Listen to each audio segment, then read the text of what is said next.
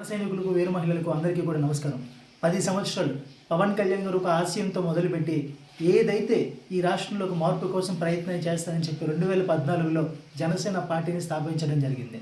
7 సిద్ధాంతాలని ప్రాథమిక సూత్రాలుగా చేసుకుని పార్టీని నడిపి ముఖ్యంగా రాష్ట్రంలో ఉన్నటువంటి ప్రతి సామాన్యుడి సమస్యల మీద సమరసంఘం పూరిస్తే 2024లో నుంచున్న 21 శాసనసభ స్థానాలు, 2 పార్లమెంటు స్థానాలు గెలిచి 100కి 100% స్ట్రైక్ రేట్తో భారతదేశంలోని రికార్డు విజయాన్ని నమోదు చేసినటువంటి జనసేన పార్టీ ఆంధ్రప్రదేశ్లో కూటమి ప్రభుత్వ ఏర్పాటుతో పాటు భారతదేశంలో కూడా ఎన్డీఏ అలయన్స్ ఏర్పాటులో కీలకంగా వ్యవహరించినటువంటి విషయం మనందరం కూడా చూస్తూ ఉన్నాం.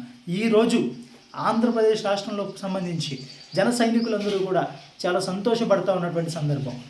భారత ఎలక్షన్ కమిషన్ జనసేన పార్టీని ఒక గుర్తింపు పొందినటువంటి పార్టీగా గుర్తించి గాజు గ్లాస్ సింబల్ని కేటాయించడం జరిగింది. చాలామంది జన సైనికులు ఈ తరుణం కోసం ఎదురు చూస్తూ ఉన్నారు.